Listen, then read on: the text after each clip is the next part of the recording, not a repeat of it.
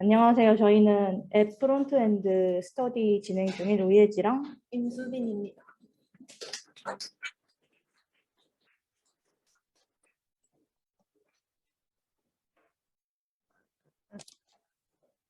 저희는 안드로이드 앱 개발을 위해서 코틀린이라는 언어를 지금 공부하고 있는데요. 코틀린에 대해서 간단하게 설명해 드리자면 안드로이드 스튜디오를 기반으로 하는 앱 개발을 하기 위한 언어입니다. 그래서 예전에는 자바를 이용해서 많이 개발을 했는데 요즘은 코틀린으로 넘어가는 추세고요. 그 이유는 코틀린은 자바 플랫폼에서 돌아갈 수 있는 새롭게 만들어진 프로그래밍 언어이기 때문에 자바보다 우수한 점이 많습니다. 예를 들어서 자바가 사용되고 있는 용도에 적합하기도 하고 더 우수한 특성을 가지고 있는데요. 일단 훨씬 가볍고 빠르고 그리고 널 포인트 익셉션을 방지할 수 있다는 특징이 있습니다. 코틀린을 활용할 수 있는 영역은 일단 안드로이드 스튜디오에서 앱 개발을 위한 언어이므로 모바일 앱을 만드는데 활용을 할 수 있고요. 그리고 그뿐만 아니라 구글 독스라든지 이런 웹사이트가 아니라 웹 어플리케이션의 백엔드 단을 만드는데도 활용이 가능합니다. 그리고 코틀린의 특징으로는 정적 타입 지정 언어라는 것입니다. 정적 타입 언어가 뭐냐면은 자료형 인트나 스트링 같은 자료형이 컴파일할 때 미리 결정되는 것을 뜻하는데요. 예를 들어서 일단 뭐 클래스나 이런 클래스를 가진 대표적인 언어로는 자바가 있죠. 그리고 C 같이 뭐 int, num 이런 식으로 자료형을 꼭 지정해줘야만 에러가 나지 않는, 그리고 해당 자료형에 알맞은 값이 들어가야 오류가 나지 않는 게 정적 타입 지정 언어입니다. 여기 화면을 보시면은 제가 이거 잘못 만들었는데요. int 값에 숫자 1이 들어가면 에러가 나지 않고 스트링 값에 만약에 숫자 1이 들어간다면 에러가 날 것입니다. 반대로 동적 타입 지정 언어는 자료형이 런타임에 결정되기 때문에 파이썬이나 웹사이트를 돌아가게 하는 자바스크립트 같은 경우에는 num이라는 같은 자료형에 숫자 1이나 혹은 스트링 값이 들어가더라도 에러가 발생하지 않습니다. 코틀린이 이렇게 자료형에 민감하고요. 그리고 또 자바를 대체하기 때문에 객체지향적인 특징을 가지고 있고요. 또 함수형 프로그래밍이라는 특징이 있습니다. 이거는 무슨 뜻이냐면 함수의 유기적 연결 혹은 함수의 동작이 프로그래밍의 최우선이 되는 방식입니다. 따라서 함수를 그냥 활용만 하는 게 아니라 변수에다가 함수를 담을 수도 있고 혹은 파라미터로 전달할 수도 있고 리턴 값에 함수가 들어갈 수도 있습니다. 그리고 저희는 유데미를 이용해서 코틀린 연습을 하고 있는데요. 다음부터는 수빈님이 발표를 진행해 주실 겁니다. 저희는 유데미에서 안드로이드 12 및 코틀린 개발 완전 정복이란 강의를 선택하여 앱폰트 공부를 하고 있는데요. 여기 보시면 이제 섹션 1에서 섹션 4는 코틀린 개념에 대해서 설명을 하고 있고, 이제 섹션 5에서 섹션 13까지는 나이 계산기, 7번 운동 앱, 드로잉 앱 등을 어플 개발까지 할 그런 강의를 배우고 있습니다.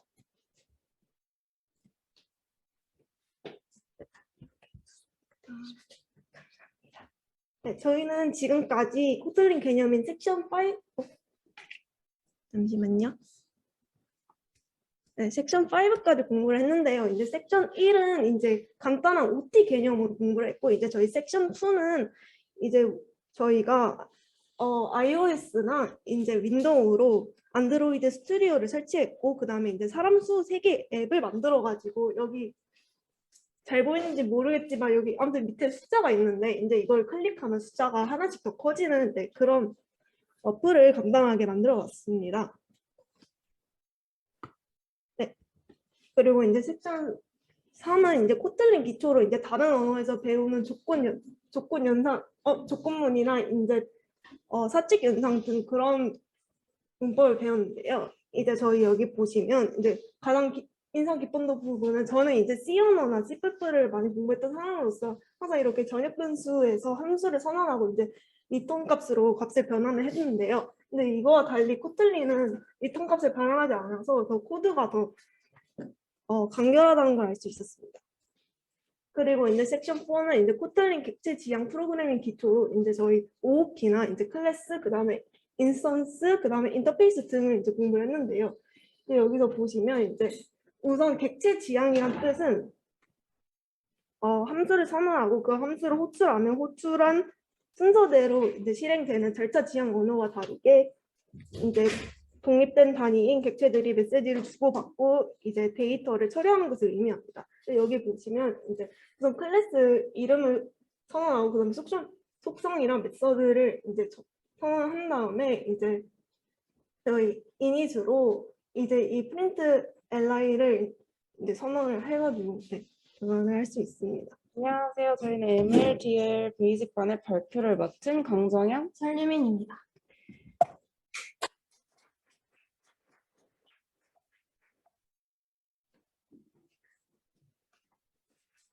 발표는 다음과 같이 스터디 방식 소개, 스터디 내용 소개, 그 다음에 스터디에 대한 피드백 순으로 진행하겠습니다. 먼저 저희가 진행하고 있는 스터디 방식을 말씀드리자면 현재까지 총 3번을 진행했는데요. 매주 스터디 전까지 부스트 코스 강의를 학습하고 스터디 전까지 모든 스터디 원들은 위를 작성해서 올리도록 하고 있습니다.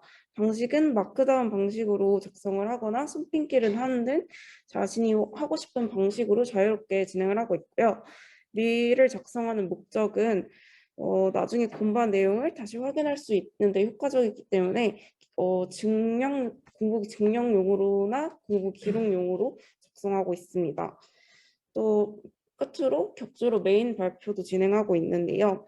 발표 주제는 이전에 공부한 스터디 내용을 요약하거나 과제에 대해서 추가적으로 설명하고 싶은 부분이 있으면 그걸 발표하고 좀 간단하고 부담이 없는 방식으로 진행을 하고 있고요. 발표 후에는 공부하면서 추가적으로 궁금했던 부분에 대해서 질문할 수 있는 시간을 가지고 있습니다.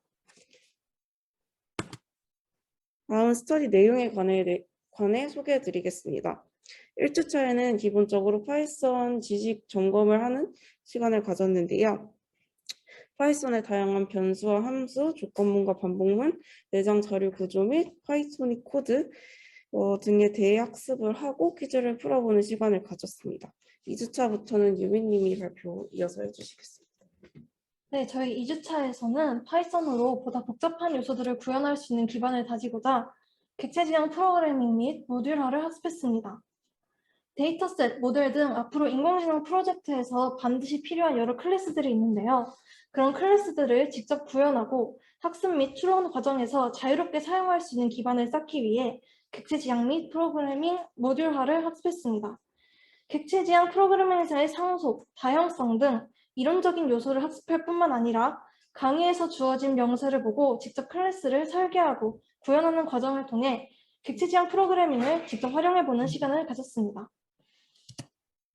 3주차에는 인공지능 기초 이론 및 라이브러리를 학습했습니다. 벡터와 행렬 등 인공지능의 여러 요소들을 이해하기 위해 반드시 필요한 수학적 지식들을 학습했습니다. 벡터와 행렬을 이용해 최적의 파라미터를 찾을 수 있도록 하는 경사각법 알고리즘도 공부했습니다. 넘파이 라이브러리를 학습하며 벡터 및 행렬을 파이썬으로 표현하고 연산할 수 있는 능력을 길렀습니다. 과제로 외부 미분 함수를 사용하지 않고 미분을 구현하고 벡터의 경사하강법 알고리즘을 구현하는 시간을 가졌습니다. 마지막으로 스터디 피드백입니다. 과제의 난이도가 강의에 비해 과도하게 어려웠다는 평이 많았습니다. 아까 말씀드렸다시피 3주차의 경우 심파이 등 별도의 미분 함수를 사용하지 않고 직접 미분을 구현하는 과제와 경사하강법 알고리즘을 구현하는 과제가 있었는데 경사하강법 및 연산 과정에서 쓰이는 벡터, 행렬 개념을 강의를 통해 습득하고 바로 수행하기에는 매우 어려웠다는 평이 많았습니다. 그래서 과제 난이도를 다시 한번 검토하고 추후 프로젝트에 도움이 될 실용적인 과제를 설계하고자 합니다. 감사합니다. 안녕하세요. MLDL 어드밴스드 발표를 맡은 멤버 홍한별입니다.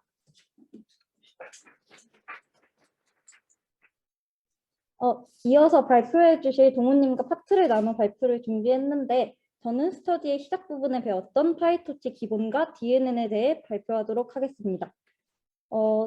저희의 지식을 다 전달해드리고 싶은 욕심으로 인해 다른 분들보다는 발표가 조금 길어질 것 같기는 한데 그래도 쉽고 얇게 구성하려고 노력했으니까 부담 없이 편하게 들어주시면 좋을 것 같습니다.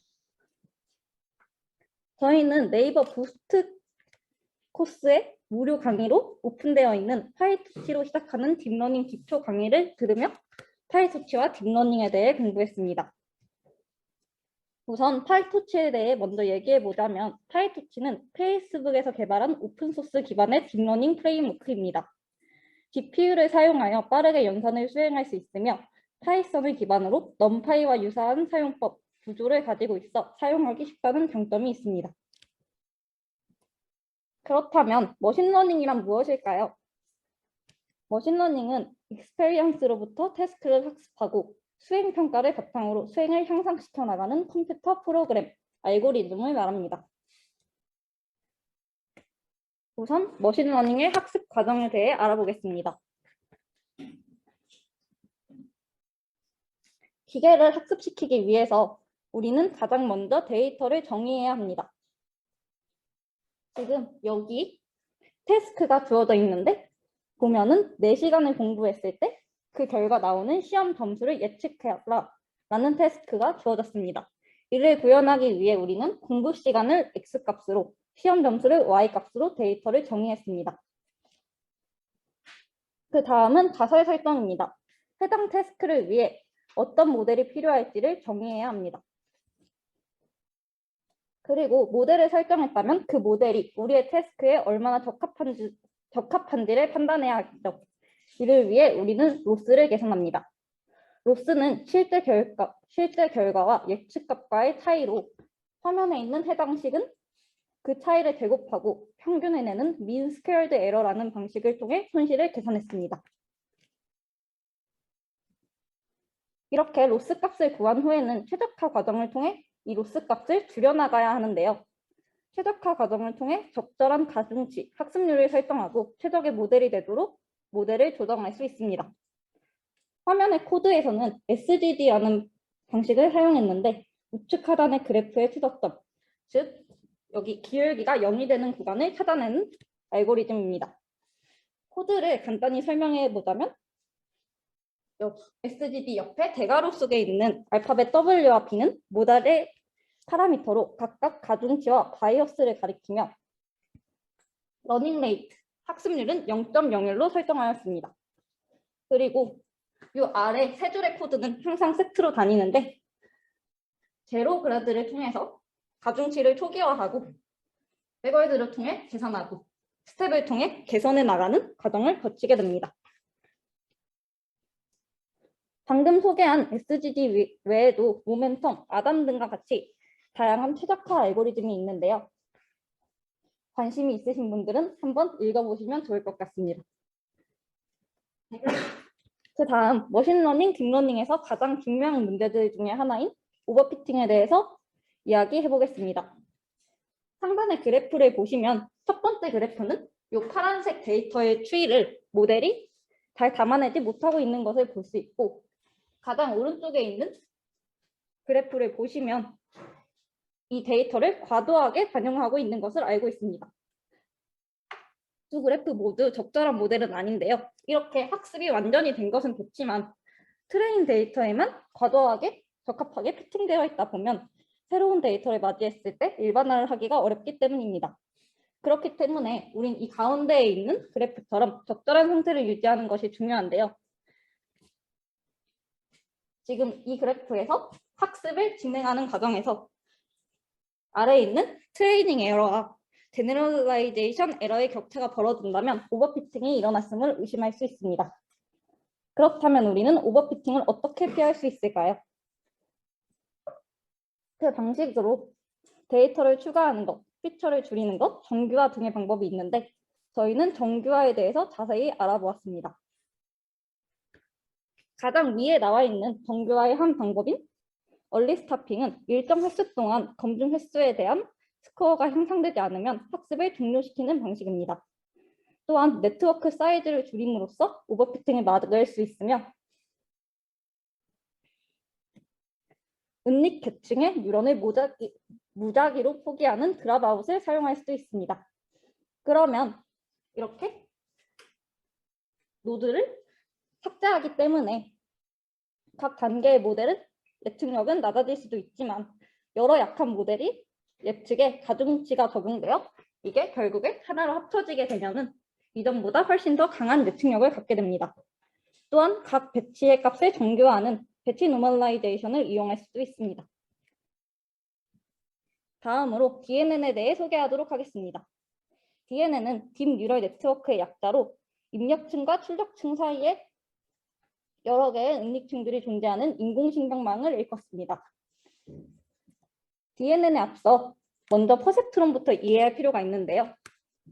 퍼셉트론은 인간의 뉴런을 본떠 만든 신경망으로 어떠한 값을 인풋으로 받았을 때 여기 활성화 함수를 거친 후 임계치를 넘으면 그 값이 아웃풋으로 출력됩니다. 이를 통해 우리는 간단한 선형 분류 문제를 해결할 수 있습니다. 하지만 퍼셉트론만으로는 선형이 아닌 분류 문제를 해결하지 못하기 때문에 이에 대한 대안으로 나온 것이 멀티레이어 퍼셉트론입니다. 멀티레이어 퍼셉트론은 입력층과 출력층 사이에 응립층이 추가되어서 선형이 아닌 분류 문제 또한 연산할 수 있습니다. 다음으로 DNN을 학습하는 방법을 알아보겠습니다. 기본적인 방식은 앞서 설명한 머신러닝과 거의 유사합니다.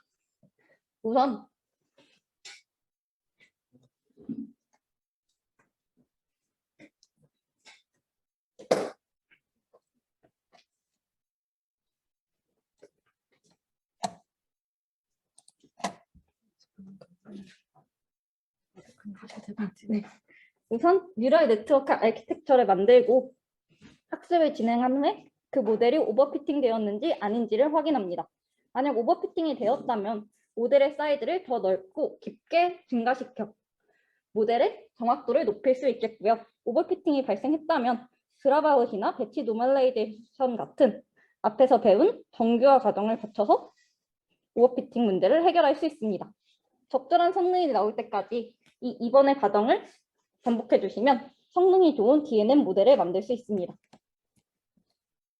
DNN은 다수의 응립계층을 활용해 응립계층 하나를 활용할 때보다 입력 신호를 더 정교하게 처리 가능하다는 장점이 있습니다. 이를 응용하여 CNN, RNN 등의 알고리즘이 개발되었으며 DNN은 분류 및 수치 예측, 영상 처리, 음성 인식, 자연어 처리 등 많은 기술들의 근간이 되었습니다. 다음으로 한별님께서 3주차까지 말씀을 해주셨고 이제 저는 4주차, 5주차까지 진행한 내용들을 말씀을 드리려고 합니다.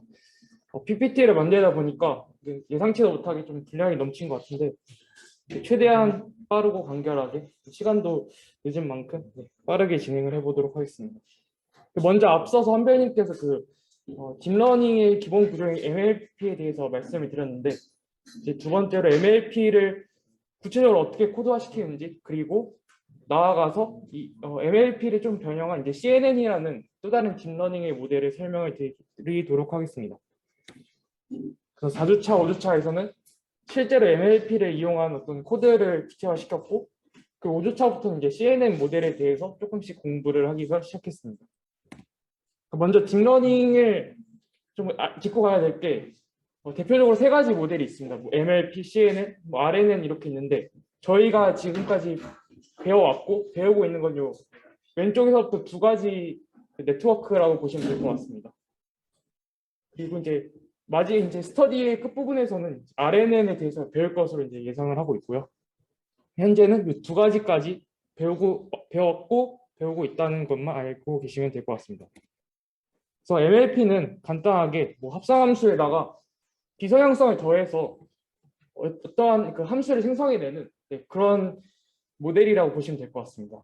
그래서 다소 좀 수학적이고 연산적인 부분이 강한 게 이 MLP의 특징이고요. 딥러닝 자체가 아무래도 좀 수학적인 부분이 많이 들어가다 보니까 조금 어렵고 실제로 이 모델 안에서 무슨 일이 일어나고 있는지 저희조차도 잘 모를 때가 많은 것 같습니다. 그런 점들 역시 스터디를 하시면서 많은 분들이 느끼셨던 것 같고 그래서 최대한 그런 좀 모호성을 구체화시키고자 많은 얘기들을 스터디에서 나눴던 것 같습니다.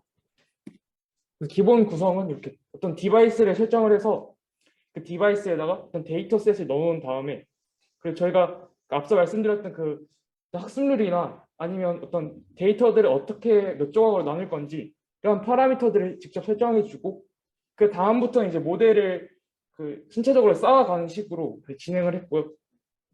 마지막 이 파란색에서는 그 쌓아온 모델들을 이 데이터들이 통과하면서 이 데이터가 어떠한 라벨을 갖고 있는지, 어떠한 이미지를 나타내는지 이제 그런 것들을 분류한다고 보시면 될 것 같습니다. 그리고 마지막으로 이 두 가지 노란 색깔 박스는 조금 연산적으로 테크닉을 더하고 최적화를 시키는 부분이라고 보시면 될 것 같습니다. 그래서 프로젝트 첫 번째는 그 패션 엠리스트 데이터셋을 이용해서 구체적으로 이렇게 각각의 의류들을 나타내는 이런 데이터들을 딥러닝에 넣었을 때 이 해당 이미지가 어떠한 의류를 나타내는지, 예를 들어 뭐 티셔츠, 또는 샌들, 드레스 이런 것들을 분류해주는 그런 MLP 모델을 코드로 구체화시켰다고 보시면 될 것 같습니다. 그래서 코드는 이렇게 넣어놨고, 첫 번째로 뭐 데이터셋, 다운로드, 그리고 로더를 설정했고, 그래 참고로 여기서 나오는 그 모든 코드들은 다 파이썬을 활용한 것이고, 여러분들도 파이썬을 굉장히 좋아하실 거고, 몇몇 분들은 이런 것들을 최대한 관심이 있을 거라고 생각을 해서 이렇게 첨부를 시켰습니다. 그리고 모델을 이렇게 구성을 해봤습니다. 이 모델 같은 경우에는 파이토치 프레임워크를 사용을 해서 이렇게 구성을 해봤는데요.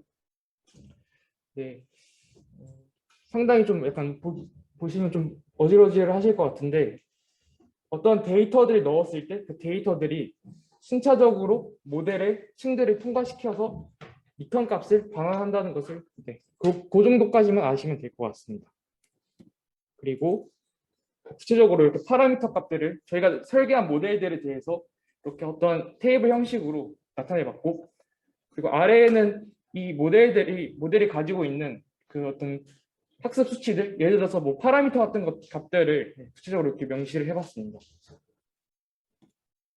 그리고 트레이는 역시 이렇게 앞서서 한별님께서 말씀해 주셨던 최적화나 그리고 딥러닝에 꼬신 역전파 알고리즘을 이렇게 코드로 학습을 시켰고, 그리고 학습을 진행하는 과정까지 코드상에서 담아봤습니다.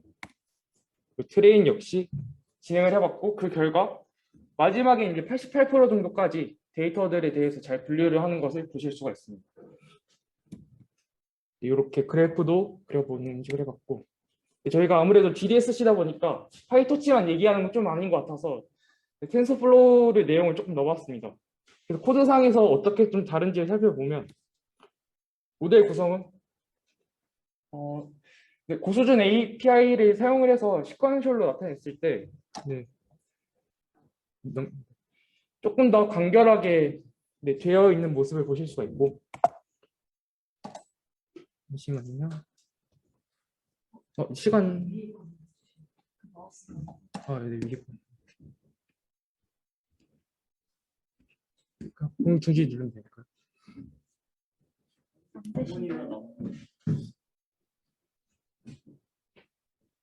저도 맥이 처음이어서 어색하네요.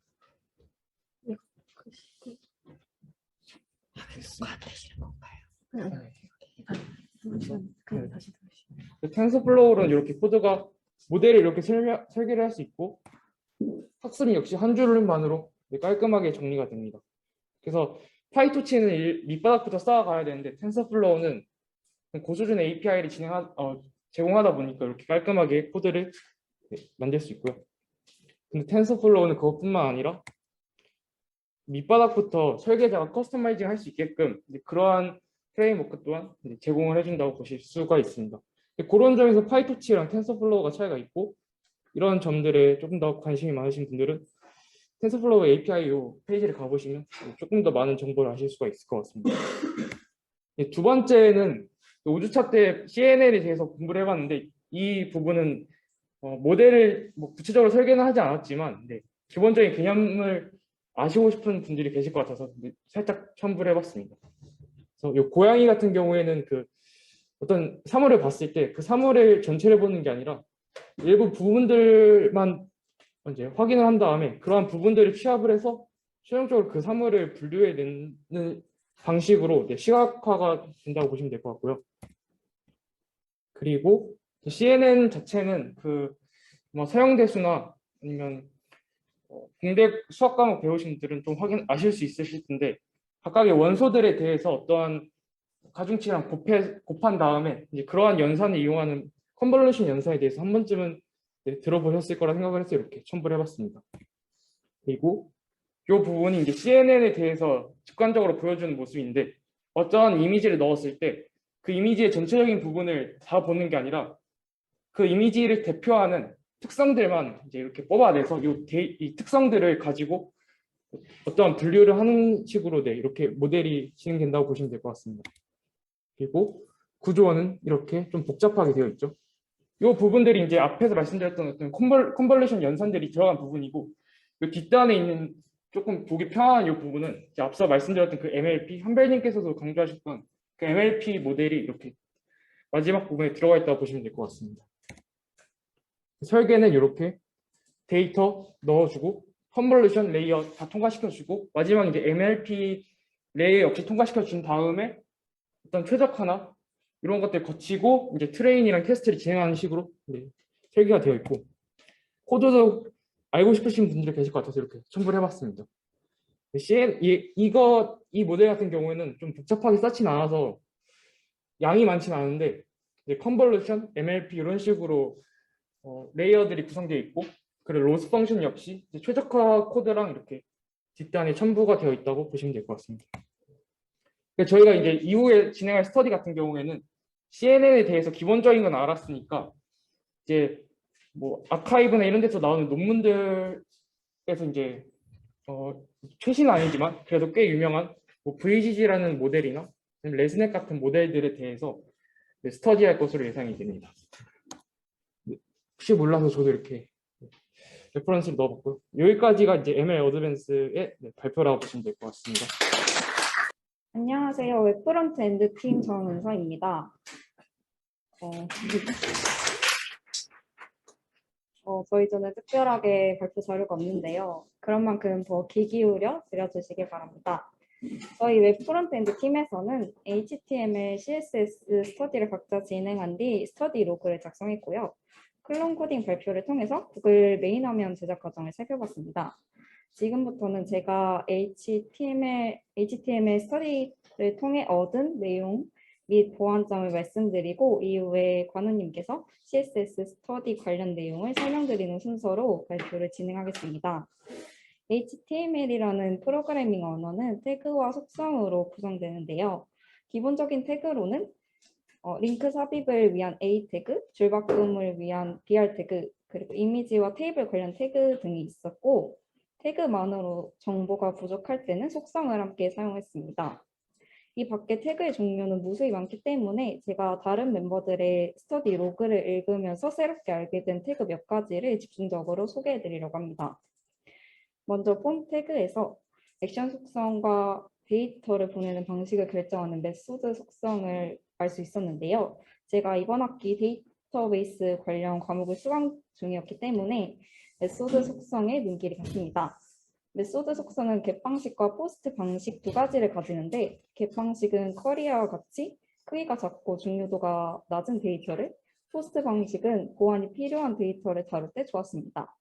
이를 통해서 저희의 개인정보와 같은 데이터를 다룰 때는 폼 태그, 메소드 속성의 포스트 방식을 활용할 수 있었음을 알 수 있었습니다. 그 다음으로 모두가 웹에서 흔히 접해온 드롭다운 리스트를 만들 때는 셀렉트 태그를 활용할 수 있다는 사실도 알 수 있었습니다. 이때 다중 선택을 해야 할 때는 셀렉트보다 인풋 태그의 체크박스 유형을 쓰는 것이 낫다는 정보도 얻을 수 있었습니다. 또한 메타 태그에서는 PC 모바일 화면에 맞춰 반응형 웹 디자인을 하기 위해서 웹사이트의 뷰 포인트를 설정하는 기능과 한글과 같은 문자 표시가 깨지지 않게 인코딩 방식을 정의하는 기능을 수행한다는 사실도 알 수 있었습니다. 이 밖에도 검색 엔진 최적화, 유선 검사와 같은 개념도 배울 수 있었습니다. 개인적으로 아쉬웠다고 느낀 부분은 제가 스터디 로그를 작성할 때 기초적인 내용을 나열하는 데 그쳤다는 것이었습니다. 이후에 프로젝트를 수행하기 위해서 활용 가능한 실용적, 심화적 기능을 추가적으로 조사해야 할 필요성을 느꼈습니다. 이제 그럼 관우님께 발표 넘겨드리겠습니다.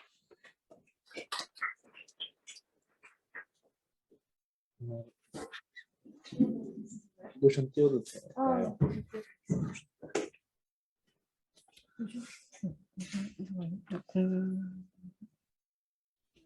그럼 안 되는데.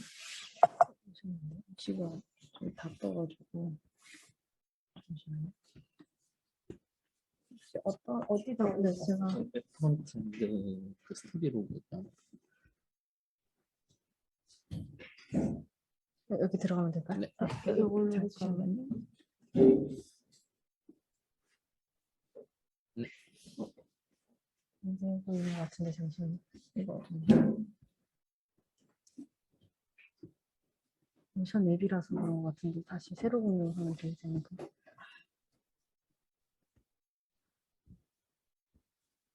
이거 그렇죠.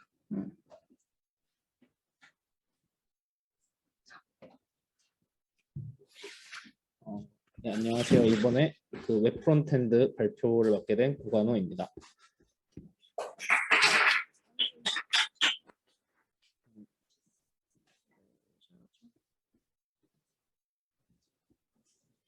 안 뜨죠? 그럼 이것만 제가 보고 그냥 해도 네. 될까요? 네. 저는 이제 CSS 파트를 준비를 했는데요. 먼저 HTML은 웹을 좀 이제 구현하는 데 좀 집중한 파트고, CSS는 이제 구현된 부분을 좀 위치로 옮기거나 아니면 이제 디자인을 이제 꾸미는 데 집중했다고 보면 될 것 같습니다. 먼저 이제 그 HTML에서 이제 태그들을 쓸 때 뭐 이 태그든 뭐 아이디를 부여할 수도 있고 뭐 클래스를 부여할 수도 있고 뭐 이 네임을 부여할 수도 있는데, 이제 어떤 거를 선택을 해서 그 어떻게 바꿀 거냐가 중요하기 때문에 보통 처음에는 선택자 위주로 공부를 많이 했습니다. 그래서 선택자가 이제 주로 이제 보통 클래스나 아니면 아이디 아니면 네임 이렇게 쓰는데, 이제 아이디 같은 경우에는 샵으로 표현을 많이 하고요. 샵으로 표현을 하고, 이제 네임 같은 경우 클래스 같은 경우는 점을 이용해서 표현을 합니다. 그리고 이제 그 선택자를 기본적으로 선택을 바로 할 수도 있는데, 그 이제 그러니까 이 선택자가 없이 가상으로 선택할 수 있게 하는 경우가 있는데요. 이 경우는 이제 웹에서 뭐 저희가 마우스를 올린다던가 아니면은 뭐 실제로 방문을 했다던가